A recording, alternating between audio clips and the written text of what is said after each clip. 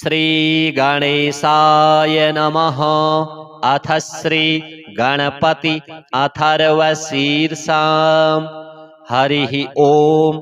नमस्ते गणपतये। त्वमेव प्रत्यक्षं तत्त्वमसि। त्वमेव केवलं कर्तासि। त्वमेव केवलं धर्तासि। त्वमेव केवलं हर्तासि। त्वमेव सर्वं खलविदं ब्रह्मासि। त्वं साक्षादात्मासि नित्यं ऋतं वच्मि सत्यं वच्मि। अवत्वं माम् अववक्तारम् अवश्रोतारम् अवदातारम् अवधातारम् अवानुचानमवशिष्याम् अवपश्चात्तात् अवपुरस्तात् अवचोत्तरात्तात् अवदक्षिणात्तात् अवचोर्ध्वात्तात् अवाधरात्तात् सर्वतो मां पाहि पाहि समन्तात्। त्वं वाङ्मयस्त्वं चिन्मयः त्वमानन्दमयस्त्वं ब्रह्ममयः। त्वं सच्चिदानन्दाद्वितीयोऽसि। त्वं प्रत्यक्षं ब्रह्मासि। त्वं ज्ञानमयो विज्ञानमयोऽसि। सर्वं जगदिदं त्वत्तो जायते। सर्वं जगदिदं त्वत्तस्तिष्ठति। सर्वं जगदिदं त्वयि लयमिष्यति। सर्वं जगदिदं त्वयि प्रत्येति। त्वं भूमिरापो नलो नीलो नभः। त्वं चत्वारि वाक्पदानि। त्वं गुणत्रयातीतः। त्वं कालत्रयातीतः। त्वं देहत्रयातीतः। त्वं मूलाधारस्थितोऽसि नित्यं। त्वं शक्तित्रयात्मकः। त्वां योगिनो ध्यायन्ति नित्यं।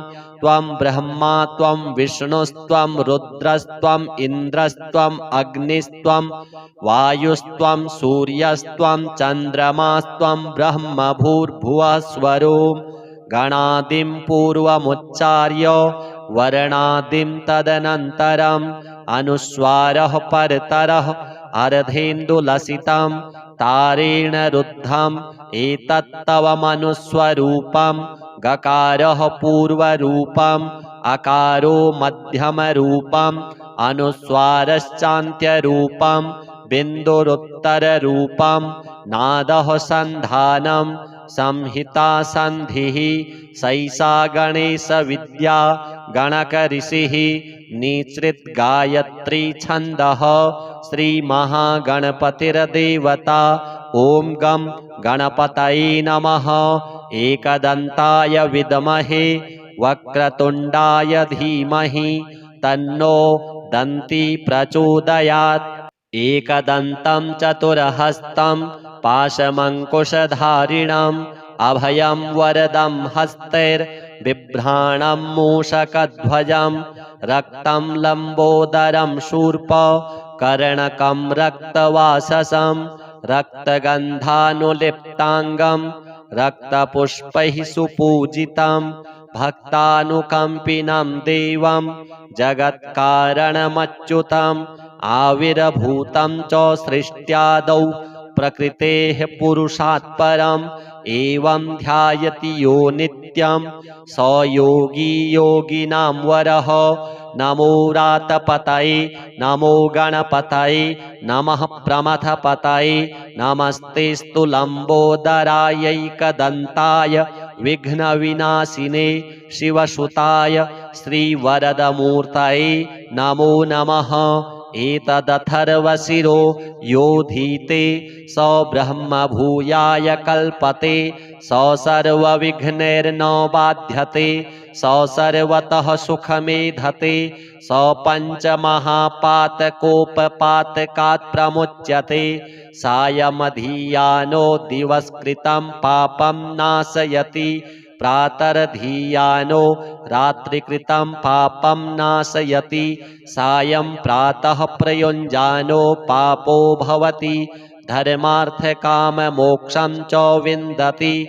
इदमथर्वशीर्षमशिष्याय न देयं यो यदि मोहाद्दास्यति स पापीयान् भवति सहस्रावर्तनाद्यं यं काममधीते तं तमनेन साधयेत् अनेन गणपतिमभिषिञ्चति स वाग्मी भवति चतुर्थ्यामनश्नं जपति स विद्यावान् भवति इत्यथर्वणवाक्यं ब्रह्माद्याचरणं विद्यात् न बिभेति कदाचनेति यो दूर्वाङ्कुरैर्यजति स वैश्रवणोपमो भवति यो लाजैर्यजति स यशोवान् भवति स मेधावान् भवति यो मोदकसहस्रेण यजति स वाञ्छितफलमवाप्नोति यः साध्यसमिद्भिर्यजति स सर्वं लभते स सर्वं लभते अष्टौ ब्राह्मणान् सम्यक् ग्राहयित्वा सूर्यवर्चस्वी भवति सूर्यग्रहे महानद्यां प्रतिमासन्निधौ वा जप्त्वा सिद्धमन्त्रो भवति महाविघ्नात् प्रमुच्यते महापापात् प्रमुच्यते महादोषात् प्रमुच्यते स सर्वविद् भवति स सर्वविद् भवति य एवं वेद इत्युपनिषत्। अथ श्री शिवरक्षा स्तोत्र। अस्य श्री शिवरक्षा स्तोत्र मंत्रस्य याज्ञवल्क्य ऋषिः श्री सदाशिवो देवता अनुष्टुप् छन्दः श्री सदाशिव प्रीत्यर्थं शिवरक्षा स्तोत्र जपे विनियोगः। चरितं देवदेवस्य महादेवस्य पावनम् अपारं परमोदारं चतुर्वर्गस्य साधनं गौरीविनायकोपेतं पञ्चवक्त्रं त्रिनेत्रकं शिवं ध्यात्वा दशभुजं शिवरक्षां पठेन्नरः गंगाधरः शिरः पातु भालम् अर्धेन्दुशेखरः नयने मदनध्वंसी कर्णो सर्पविभूषणो घ्राणं पातु पुरारातिः मुखं पातु जगत्पतिः जिह्वां वागीश्वरः पातु कन्धरां शितिकन्धरः श्रीकण्ठः पातु मे कण्ठं स्कन्धौ विश्वधुरन्धरः भुजौ भूभारसंहर्ता करौ पातु पिनाकधृक् हृदयं शङ्करः पातु जठरं गिरिजापतिः नाभिं मृत्युञ्जयः पातु कटिव्याघ्राजिनाम्बरः शक्थिनी पातु दीनार्त शरणागतवत्सलः ऊरू महेश्वरः पातु जानुनी जगदीश्वरः जङ्घे पातु जगत्कर्ता गुल्फौ पातु गणाधिपः चरणौ करुणा सिन्धुः सर्वाङ्गानि सदाशिवः एतां शिवबलोपेतां रक्षां यः सुकृती पठेत् स भुक्त्वा सकलान् कामान् शिवसायुज्यमाप्नुयात् ग्रहभूतपिशाचाद्यास्त्रैलोक्ये विचरन्ति ये दूरादाशु पलायन्ते शिवनामाभिरक्षणात् अभयङ्करनामेदं कवचं पार्वतीपतेः भक्त्या बिभर्ति यः कण्ठे तस्य वश्यं जगत्त्रयम् इमां नारायणः स्वप्ने शिवरक्षां यथा दिशत् प्रातरुत्थाय योगीन्द्रो याज्ञवल्क्यः तथा लिखत्। अथ श्री महामृत्युञ्जय स्तोत्र। ओम अस्य श्री महामृत्युञ्जय स्तोत्रमन्त्रस्य श्री मार्कण्डेय ऋषिः अनुष्टुप् छन्दः श्री मृत्युञ्जयो देवता गौरी शक्तिः मम सर्वारिष्ट समस्त मृत्युशान्त्यर्थं सकलैश्वर्यप्राप्त्यर्थं जपे विनियोगः। ध्यानम् चन्द्रार्काग्निविलोचनं स्मितमुखं पद्मद्वयान्तस्थितं मुद्रापाशमृगाक्षशस्त्रविलसत् पाणिं हिमांशुप्रभम् कोटीन्दुप्रगलत्सुधाप्लुततमुं हारादिभूषोज्ज्वलं कान्तं विश्वविमोहनं पशुपतिं मृत्युञ्जयं भावयेत्। ॐ रुद्रं पशुपतिं स्थाणुं नीलकण्ठमुमापतिं नमामि शिरसा देवं किं नो मृत्युः करिष्यति। नीलकण्ठं कालमूर्तिं कालज्ञं कालनाशनं नमामि शिरसा देवं किं नो मृत्युः करिष्यति। नीलकण्ठं विरूपाक्षं निर्मलं निलयप्रदं नमामि शिरसा देवं किं नो मृत्युः करिष्यति।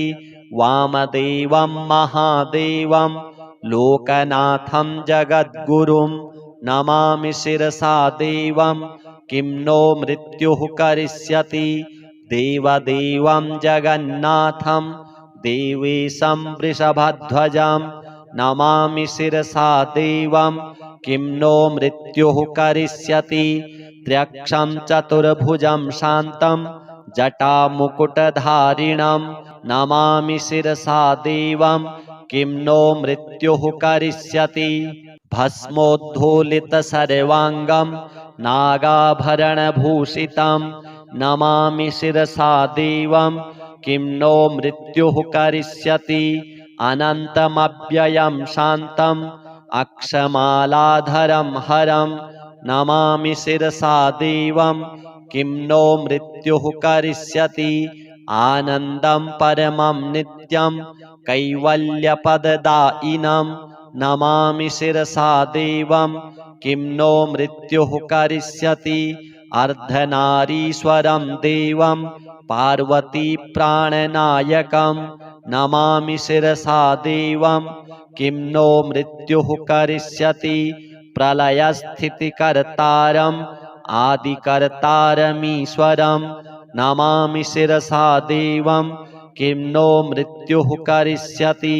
व्योमकेशं विरूपाक्षं चन्द्रार्धकृतशेखरं नमामि शिरसा देवं किं नो मृत्युः करिष्यति।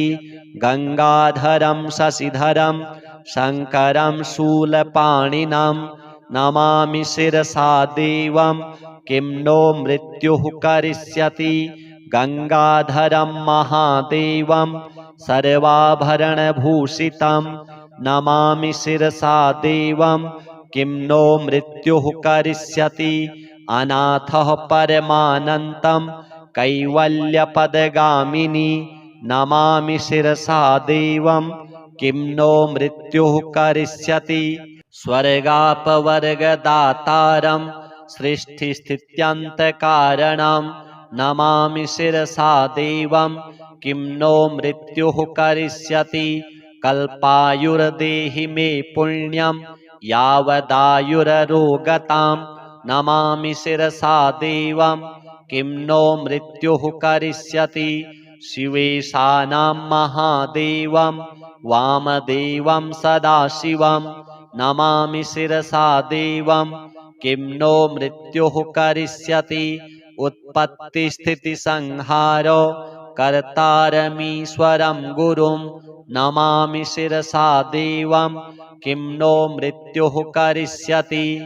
मार्कण्डेयकृतं स्तोत्रं यः पठेत् शिवसन्निधौ तस्य मृत्युभयं नास्ति नाग्निचौरभयं क्वचित्। शतावर्तप्रकर्तव्यं सङ्कटे कष्टनाशनं शुचिर्भूत्वा पठेत् स्तोत्रं सर्वसिद्धिप्रदायकं। मृत्युञ्जय महादेव त्राहि मां शरणागतं जन्ममृत्युजरारोगैः पीडितं कर्मबन्धनैः तावकस्त्वद्गतः प्राणस्त्वच्चित्तोऽहं सदा मृड इति विज्ञाप्य देवेशं त्र्यम्बकाख्यमनुं जपेत्। नमः शिवाय साम्बाय हरये परमात्मने प्रणतक्लेशनाशाय योगिनां पतये नमः। शताङ्गायुर्मन्त्रः ॐ ह्रीं श्रीं ह्रीं ह्रैं ह्रः हन हन दह दह पच पच गृहाण गृहाण मारय मारय मर्दय मर्दय महा महा भैरव भैरव रूपेण धुनय धुनय कंपय कंपय विघ्नय विघ्नय विश्वेश्वर क्षोभय क्षोभय कटु कटु मोहय मोहय हुं फट् स्वाहा इति मंत्रमात्रेण समाभीष्टो भवति। अथ श्री कालभैरवाष्टकम्। देवराजसेव्यमान पावनाङ्घ्रिपङ्कजं व्यालयज्ञसूत्रमिन्दुशेखरं कृपाकरं नारदादियोगिवृन्दवन्दितं दिगम्बरं काशिकापुराधिनाथ कालभैरवं भजे। भानुकोटिभास्वरं भवाब्धितारकं परं नीलकण्ठमीप्सितार्थदायकं त्रिलोचनं कालकालमम्बुजाक्षमक्षशूलमक्षरं काशिकापुराधिनाथ कालभैरवं भजे। शूलटङ्कपाशदण्डपाणिमादिकारणं श्यामकायमादिदेवमक्षरं निरामयं भीमविक्रमं प्रभुं विचित्रताण्डवप्रियं काशिकापुराधिनाथ कालभैरवं भजे। भुक्तिमुक्तिदायकं प्रशस्तचारुविग्रहं भक्तवत्सलं स्थितं समस्तलोकविग्रहं विनिक्वणन्मनोज्ञहेमकिङ्किणीलसत्कटिं काशिकापुराधिनाथ कालभैरवं भजे।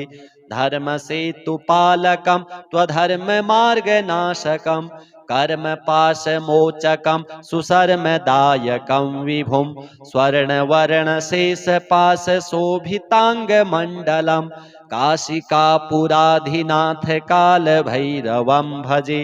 रत्नपादुकाप्रभाभिरामपादयुग्मकं नित्यमद्वितीयमिष्टदैवतं निरञ्जनं मृत्युदर्पनाशनं करालदंष्ट्रमोक्षणं काशिकापुराधिनाथ कालभैरवं भजे। अट्टहासभिन्नपद्मजाण्डकोशसन्ततिं दृष्टिपातनष्टपापजालमुग्रशासनम् अष्टसिद्धिदायकं कपालमालिकन्धरं काशिकापुराधिनाथ कालभैरवं भजे। भूतसङ्घनायकं विशालकीर्तिदायकं काशीवासलोकपुण्यपापशोधकं विभुं नीतिमार्गकोविदं पुरातनं जगत्पतिं काशिकापुराधिनाथ कालभैरवं भजे। कालभैरवाष्टकं पठन्ति ये मनोहरं ज्ञानमुक्तिसाधनं विचित्रपुण्यवर्धनं शोकमोहदैन्यलोभकोपतापनाशनं ते प्रयान्ति कालभैरवाङ्घ्रिसन्निधिं ध्रुवम्। श्री गणपति सांब सदाशिव महामृत्युंजय कालभैरव देवार्पणमस्तु। हरिः ओम नमस्ते गणपतये।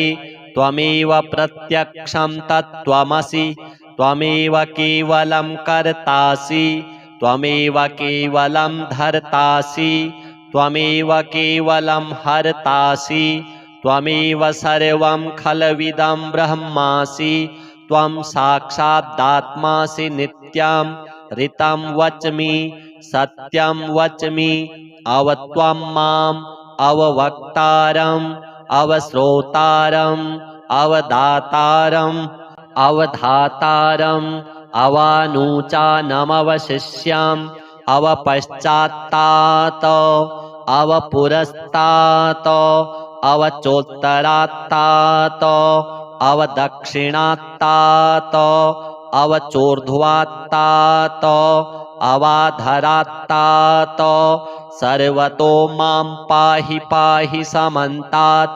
त्वं वाङ्मयस्त्वं चिन्मयः त्वमानन्दमयस्त्वं ब्रह्ममयः त्वं सच्चिदानन्दाद्वितीयोऽसि त्वं प्रत्यक्षं ब्रह्मासि त्वं ज्ञानमयो विज्ञानमयोऽसि सर्वं जगदिदं त्वत्तो जायते सर्वं जगदिदं त्वत्तस्तिष्ठति सर्वं जगदिदं त्वयि लयमिष्यति सर्वं जगदिदं त्वयि प्रत्येति त्वं भूमिरापो नलो नीलो नभः त्वं चत्वारि वाक्पदानि त्वं गुणत्रयातीतः त्वं कालत्रयातीतः त्वं देहत्रयातीतः त्वं मूलाधारस्थितोऽसि नित्यं त्वं शक्तित्रयात्मकः त्वां योगिनो ध्यायन्ति नित्यं त्वं ब्रह्मा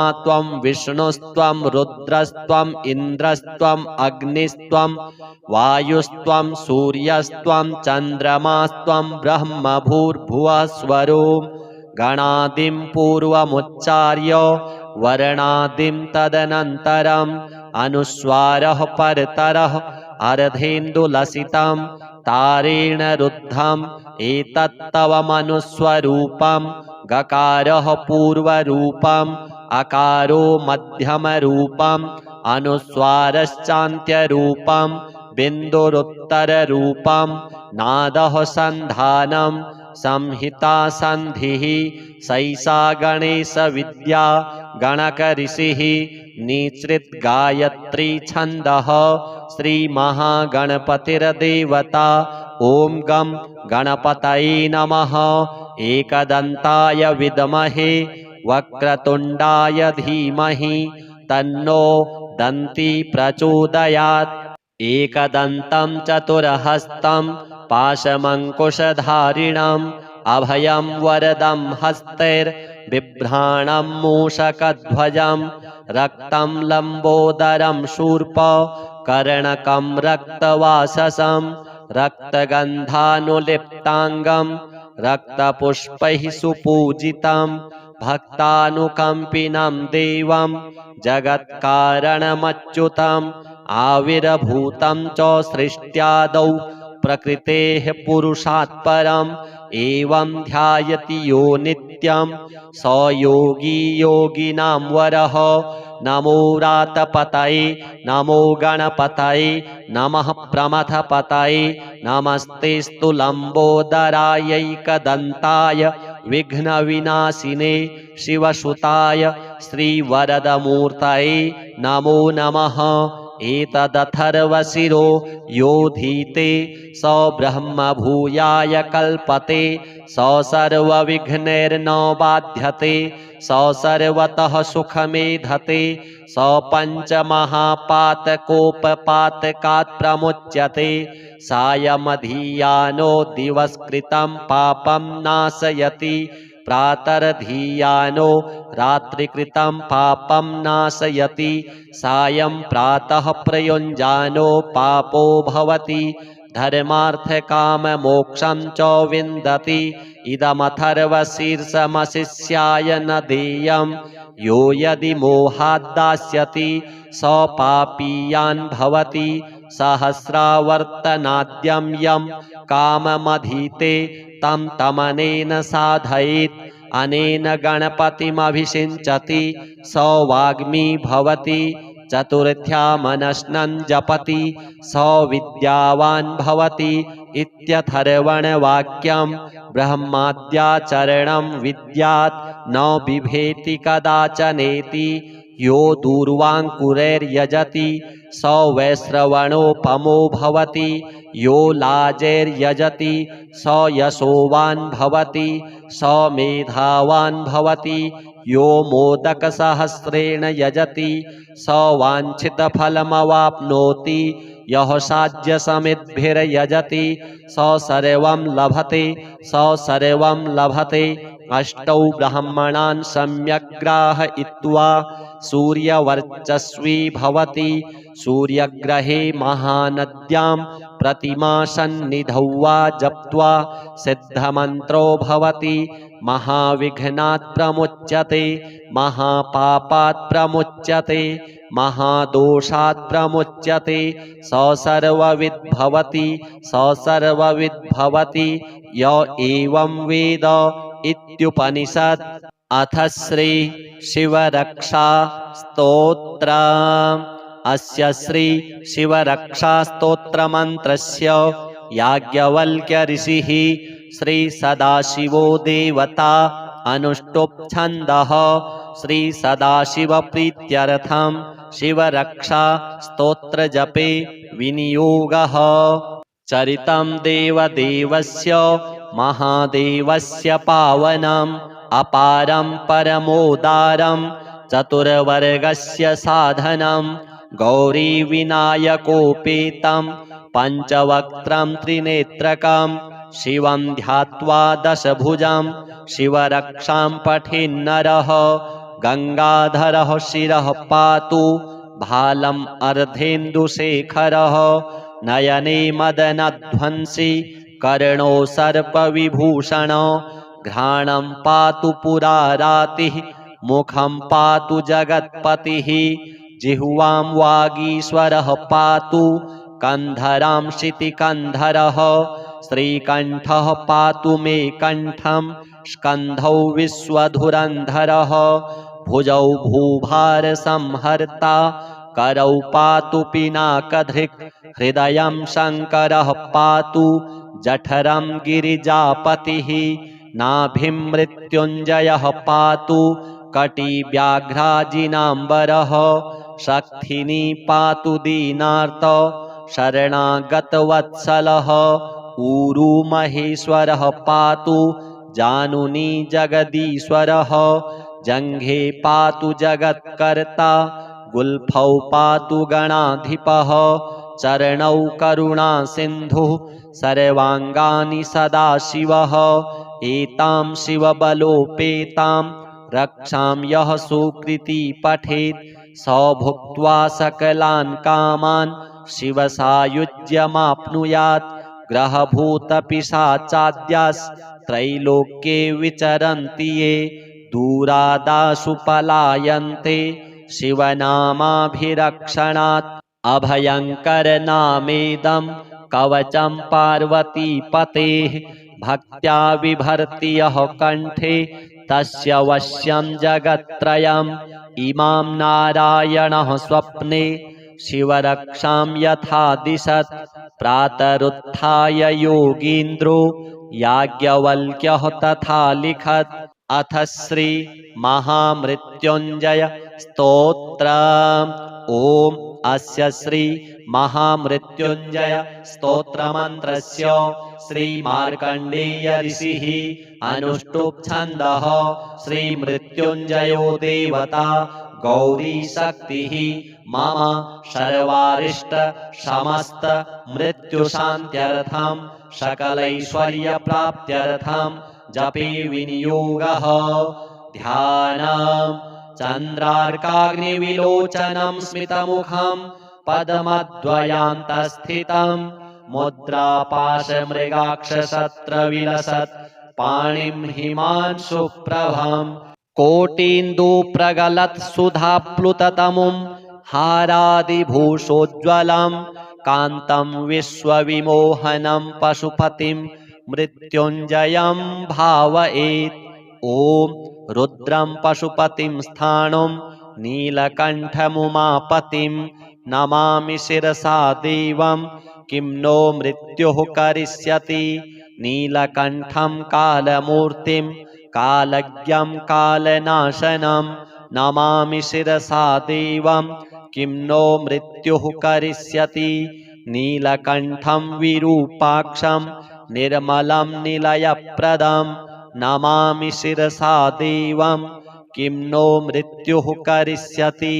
वामदेवं महादेवं लोकनाथं जगद्गुरुं नमामि शिरसा देवं किं नो मृत्युः करिष्यति।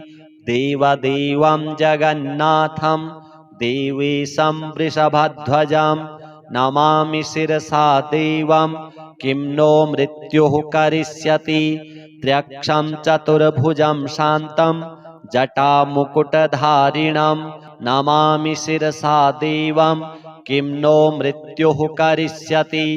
भस्मोद्धूलितसर्वाङ्गं नागाभरणभूषितं नमामि शिरसा देवं किं नो मृत्युः करिष्यति अनन्तमव्ययं शान्तम् अक्षमालाधरं हरं नमामि शिरसा देवं किं नो मृत्युः करिष्यति आनन्दं परमं नित्यं कैवल्यपददायिनं नमामि शिरसा देवं किं नो मृत्युः करिष्यति अर्धनारीश्वरं देवं पार्वतीप्राणनायकं नमामि शिरसा देवं किं नो मृत्युः करिष्यति प्रलयस्थितिकर्तारम् आदिकर्तारमीश्वरं नमामि शिरसा देवं किं नो मृत्युः करिष्यति व्योमकेशं विरूपाक्षं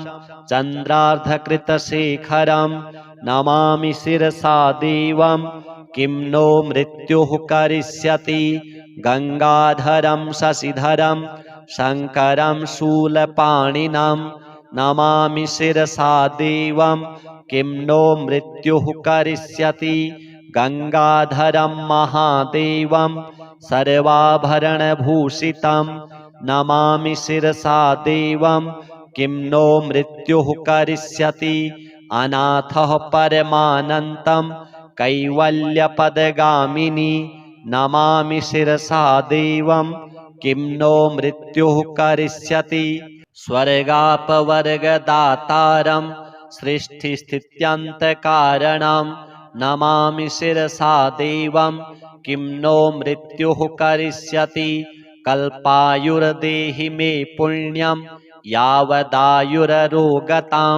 नमामि शिरसा देवं किं नो मृत्युः करिष्यति शिवेशानां महादेवं वामदेवं सदाशिवं नमामि शिरसा देवं किं नो मृत्युः करिष्यति उत्पत्तिस्थितिसंहारो कर्तारमीश्वरं गुरुं नमामि शिरसा देवं किं नो मृत्युः करिष्यति मार्कण्डेयकृतं स्तोत्रं यः पठेत् शिवसन्निधौ तस्य मृत्युभयं नास्ति नाग्निचौरभयं क्वचित् शतावर्तप्रकर्तव्यं सङ्कटे कष्टनाशनं शुचिर्भूत्वा पठेत् स्तोत्रं सर्वसिद्धिप्रदायकं मृत्युञ्जय महादेव त्राहि मां शरणागतं जन्ममृत्युजरारोगैः पीडितं कर्मबन्धनैः तावकस्त्वद्गतः प्राणस्त्वच्चित्तोऽहं सदा मृड इति विज्ञाप्य देवेशं त्र्यम्बकाख्यमनुं जपेत् नमः शिवाय साम्बाय हरये परमात्मने प्रणतक्लेशनाशाय योगिनां पतये नमः शताङ्गायुर्मन्त्रः ॐ ह्रीं श्रीं ह्रीं ह्रैं ह्रः हन हन दह दह पच पच गृहाण गृहाण मारय मारय मर्दय मर्दय महा महाभैरव भैरव रूपेण धुनय धुनय कंपय कंपय विघ्नय विघ्नय विश्वेश्वर क्षोभय क्षोभय कटु कटु मोहय मोहय हुं फट् स्वाहा इति मन्त्रमात्रेण समाभीष्टो भवति। अथ श्री कालभैरवाष्टकम् देवराजसेव्यमान पावनाङ्घ्रिपङ्कजं व्यालयज्ञसूत्रमिन्दुशेखरं कृपाकरं नारदादियोगिवृन्दवन्दितं दिगम्बरं काशिकापुराधिनाथ कालभैरवं भजे भानुकोटिभास्वरं भवाब्धितारकं परं नीलकण्ठमीप्सितार्थदायकं त्रिलोचनं कालकालमम्बुजाक्षमक्षशूलमक्षरं काशिकापुराधिनाथ कालभैरवं भजे शूलटङ्कपाशदण्डपाणिमादिकारणं श्यामकायमादिदेवमक्षरं निरामयं भीमविक्रमं प्रभुं विचित्रताण्डवप्रियं काशिकापुराधिनाथ कालभैरवं भजे भुक्तिमुक्तिदायकं प्रशस्तचारुविग्रहं भक्तवत्सलं स्थितं समस्तलोकविग्रहं विनिक्वणन् मनोज्ञहेम किङ्किणीलसत्कटिं काशिकापुराधिनाथ कालभैरवं भजे धर्मसेतुपालकं त्वधर्ममार्गनाशकं कर्मपाशमोचकं सुशर्मदायकं विभुं स्वर्णवर्णशेषपाशशोभिताङ्गमण्डलं काशिकापुराधिनाथ कालभैरवं भजे रत्नपादुकाप्रभाभिरामपादयुग्मकं नित्यमद्वितीयमिष्टदैवतं निरञ्जनं मृत्युदर्पनाशनं करालदंष्ट्रमोक्षणं काशिकापुराधिनाथ कालभैरवं भजे अट्टहासभिन्नपद्मजाण्डकोशसन्ततिं दृष्टिपातनष्टपापजालमुग्रशासनम् अष्टसिद्धिदायकं कपालमालिकन्धरं काशिकापुराधिनाथ कालभैरवं भजे भूतसङ्घनायकं विशालकीर्तिदायकं काशीवासलोकपुण्यपापशोधकं विभुं नीतिमार्गकोविदं पुरातनं जगत्पतिं काशिकापुराधिनाथ कालभैरवं भजे कालभैरवाष्टकं पठन्ति ये मनोहरं ज्ञानमुक्तिसाधनं विचित्रपुण्यवर्धनं शोकमोहदैन्यलोभकोपतापनाशनं ते प्रयान्ति कालभैरवाङ्घ्रिसन्निधिं ध्रुवम्। श्री गणपति सांब सदाशिव महामृत्युंजय कालभैरव देवार्पणमस्तु। हरिः ओम नमस्ते गणपतये त्वमेव प्रत्यक्षं तत्त्वमसि त्वमेव केवलं कर्तासि त्वमेव केवलं धर्तासि त्वमेव केवलं हर्तासि त्वमेव सर्वं खलविदं ब्रह्मासि त्वं साक्षादात्मासि नित्यं ऋतं वच्मि सत्यं वच्मि अवत्वं माम् अववक्तारम् अवश्रोतारम् अवदातारम् अवधातारम् अवानुचानमवशिष्याम् अवपश्चात्तात अवपुरस्तात अवचोत्तरात्तात अवदक्षिणात्तात अवचोर्ध्वात्तात अवाधरात्तात सर्वतो मां पाहि पाहि समन्तात् त्वं वाङ्मयस्त्वं चिन्मयः त्वमानन्दमयस्त्वं ब्रह्ममयः त्वं सच्चिदानन्दाद्वितीयोऽसि त्वं प्रत्यक्षं ब्रह्मासि त्वं ज्ञानमयो विज्ञानमयोऽसि सर्वं जगदिदं त्वत्तो जायते सर्वं जगदिदं त्वत्तस्तिष्ठति सर्वं जगदिदं त्वयि लयमिष्यति सर्वं जगदिदं त्वयि प्रत्येति त्वं भूमिरापो नलो नीलो नभः त्वं चत्वारि वाक्पदानि त्वं गुणत्रयातीतः त्वं कालत्रयातीतः त्वं देहत्रयातीतः त्वं मूलाधारस्थितोऽसि नित्यं त्वं शक्तित्रयात्मकः त्वां योगिनो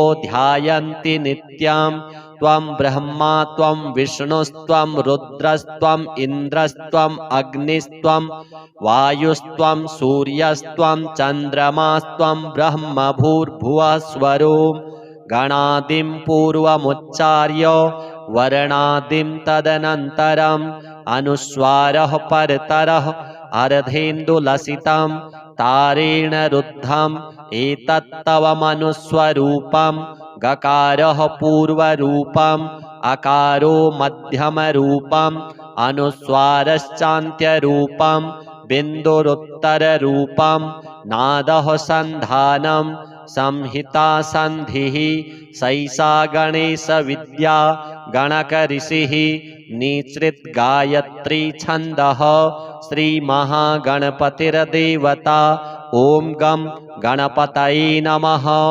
एकदन्ताय विद्महे वक्रतुण्डाय धीमहि तन्नो दन्ती प्रचोदयात्।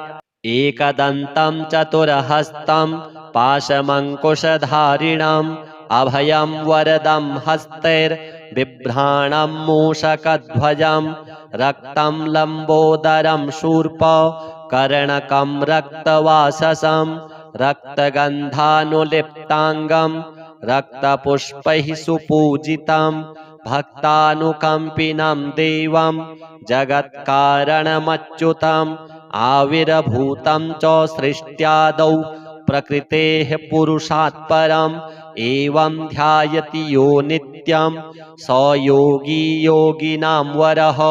नमो रातपतये नमो गणपतये नमः प्रमथपतये नमस्तेस्तु लम्बोदरायैकदन्ताय विघ्नविनाशिने शिवसुताय श्रीवरदमूर्तये नमो नमः।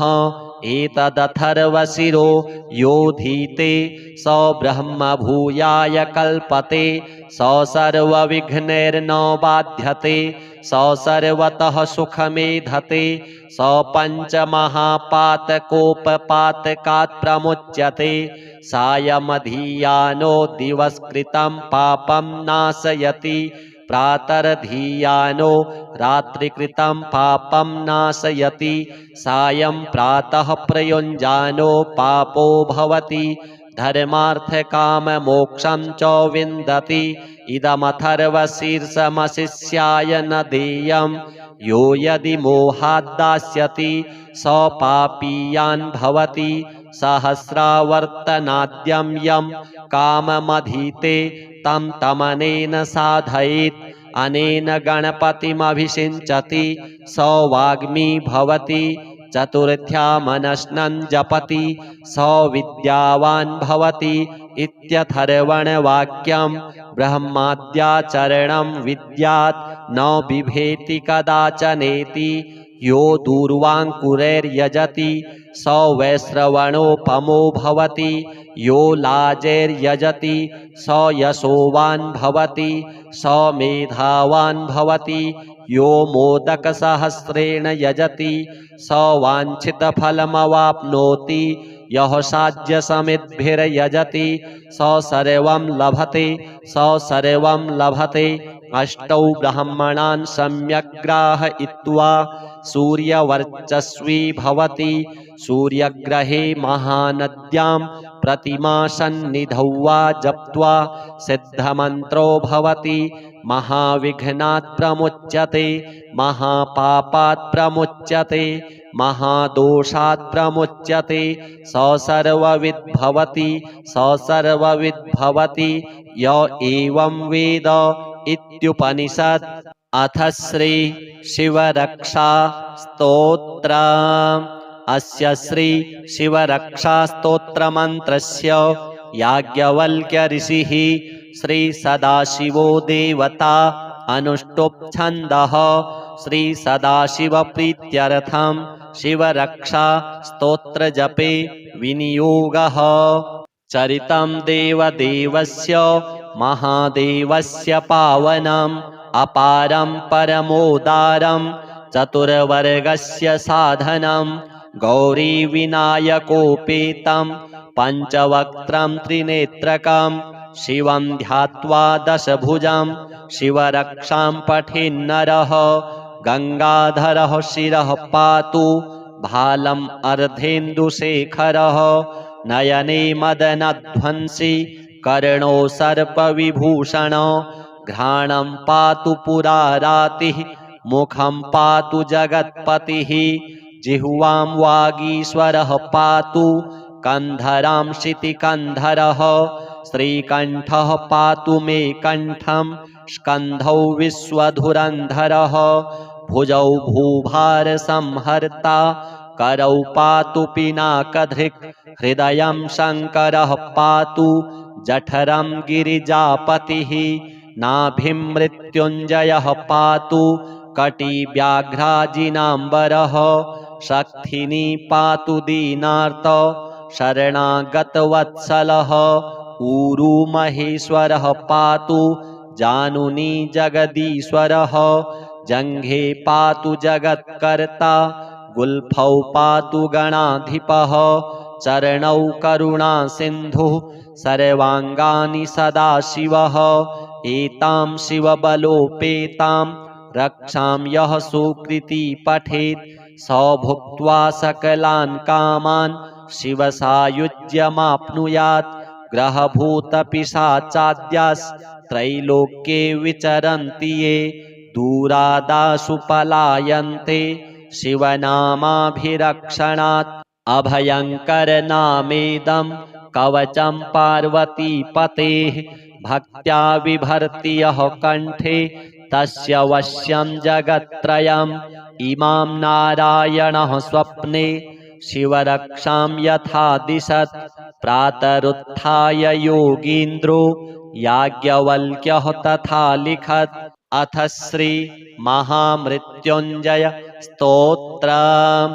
ॐ अस्य श्री महामृत्युञ्जय स्तोत्रमन्त्रस्य श्री मार्कण्डेय ऋषिः अनुष्टुप् छन्दः श्री मृत्युञ्जयो देवता गौरी शक्तिः मम सर्वारिष्ट समस्त मृत्युशान्त्यर्थं सकलैश्वर्यप्राप्त्यर्थं जपे विनियोगः। ध्यानम् चन्द्रार्काग्निविलोचनं स्मितमुखं पद्मद्वयान्तस्थितं मुद्रापाशमृगाक्षशस्त्रविलसत् पाणिं हिमांशुप्रभं कोटीन्दुप्रगलत्सुधाप्लुततमुं हारादिभूषोज्ज्वलं कान्तं विश्वविमोहनं पशुपतिं मृत्युञ्जयं भावयेत्। ॐ रुद्रं पशुपतिं स्थाणुं नीलकण्ठमुमापतिं नमामि शिरसा देवं किं नो मृत्युः करिष्यति। नीलकण्ठं कालमूर्तिं कालज्ञं कालनाशनं नमामि शिरसा देवं किं नो मृत्युः करिष्यति। नीलकण्ठं विरूपाक्षं निर्मलं निलयप्रदं नमामि शिरसा देवं किं नो मृत्युः करिष्यति। वामदेवं महादेवं लोकनाथं जगद्गुरुं नमामि शिरसा देवं किं नो मृत्युः करिष्यति। देवदेवं जगन्नाथं देवेशं वृषभध्वजं नमामि शिरसा देवं किं नो मृत्युः करिष्यति। त्र्यक्षं चतुर्भुजं शान्तं जटामुकुटधारिणं नमामि शिरसा देवं किं नो मृत्युः करिष्यति। भस्मोद्धूलितसर्वाङ्गं नागाभरणभूषितं नमामि शिरसा देवं किं नो मृत्युः करिष्यति। अनन्तमव्ययं शान्तम् अक्षमालाधरं हरं नमामि शिरसा देवं किं नो मृत्युः करिष्यति। आनन्दं परमं नित्यं कैवल्यपददायिनं नमामि शिरसा देवं किं नो मृत्युः करिष्यति। अर्धनारीश्वरं देवं पार्वतीप्राणनायकं नमामि शिरसा देवं किं नो मृत्युः करिष्यति। प्रलयस्थितिकर्तारम् आदिकर्तारमीश्वरं नमामि शिरसा देवं किं नो मृत्युः करिष्यति। व्योमकेशं विरूपाक्षं चन्द्रार्धकृतशेखरं नमामि शिरसा देवं किं नो मृत्युः करिष्यति। गङ्गाधरं शशिधरं शङ्करं शूलपाणिनं नमामि शिरसा देवं किं नो मृत्युः करिष्यति। गङ्गाधरं महादेवं सर्वाभरणभूषितं नमामि शिरसा देवं किं नो मृत्युः करिष्यति। अनाथः परमानन्तं कैवल्यपदगामिनी नमामि शिरसा देवं किं नो मृत्युः करिष्यति स्वर्गापवर्गदातारं सृष्टिस्थित्यन्तकारणं नमामि शिरसा देवं किं नो मृत्युः करिष्यति कल्पायुर्देहि मे पुण्यं यावदायुररोगतां नमामि शिरसा देवं किं नो मृत्युः करिष्यति शिवेशानां महादेवं वामदेवं सदाशिवं नमामि शिरसा देवं किं नो मृत्युः करिष्यति उत्पत्तिस्थितिसंहारो कर्तारमीश्वरं गुरुं नमामि शिरसा देवं किं नो मृत्युः करिष्यति मार्कण्डेयकृतं स्तोत्रं यः पठेत् शिवसन्निधौ तस्य मृत्युभयं नास्ति नाग्निचौरभयं क्वचित् शतावर्तप्रकर्तव्यं सङ्कटे कष्टनाशनं शुचिर्भूत्वा पठेत् स्तोत्रं सर्वसिद्धिप्रदायकं मृत्युञ्जय महादेव त्राहि मां शरणागतं जन्ममृत्युजरारोगैः पीडितं कर्मबन्धनैः तावकस्त्वद्गतः प्राणस्त्वच्चित्तोऽहं सदा मृड इति विज्ञाप्य देवेशं त्र्यम्बकाख्यमनुं जपेत् नमः शिवाय साम्बाय हरये परमात्मने प्रणतक्लेशनाशाय योगिनां पतये नमः शताङ्गायुर्मन्त्रः ॐ ह्रीं श्रीं ह्रीं ह्रैं ह्रः हन हन दह दह पच पच गृहाण गृहाण मारय मारय मर्दय मर्दय महा महाभैरव भैरव रूपेण धुनय धुनय कंपय कंपय विघ्नय विघ्नय विश्वेश्वर क्षोभय क्षोभय कटु कटु मोहय मोहय हुं फट् स्वाहा इति मन्त्रमात्रेण समाभीष्टो भवति। अथ श्री कालभैरवाष्टकम् देवराजसेव्यमान पावनाङ्घ्रिपङ्कजं व्यालयज्ञसूत्रमिन्दुशेखरं कृपाकरं नारदादियोगिवृन्दवन्दितं दिगम्बरं काशिकापुराधिनाथ कालभैरवं भजे भानुकोटिभास्वरं भवाब्धितारकं परं नीलकण्ठमीप्सितार्थदायकं त्रिलोचनं कालकालमम्बुजाक्षमक्षशूलमक्षरं काशिकापुराधिनाथ कालभैरवं भजे शूलटङ्कपाशदण्डपाणिमादिकारणं श्यामकायमादिदेवमक्षरं निरामयं भीमविक्रमं प्रभुं विचित्रताण्डवप्रियं काशिकापुराधिनाथ कालभैरवं भजे भुक्तिमुक्तिदायकं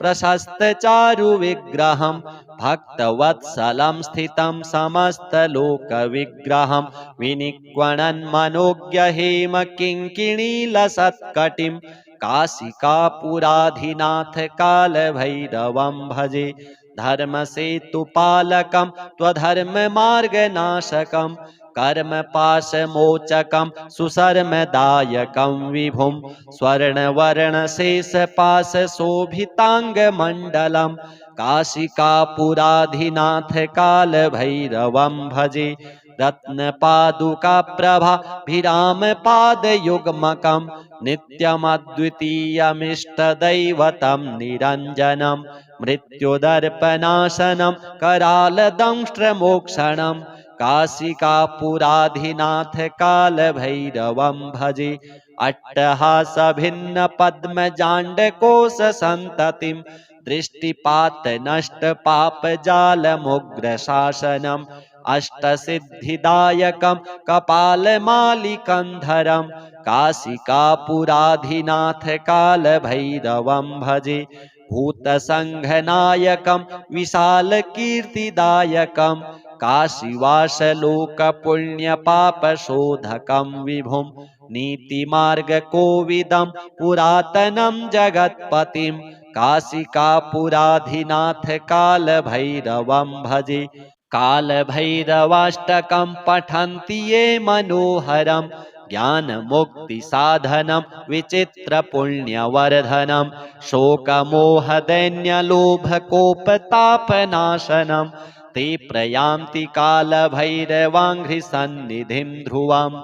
श्री गणपति सांब सदाशिव महामृत्युंजय कालभैरव देवार्पणमस्तु।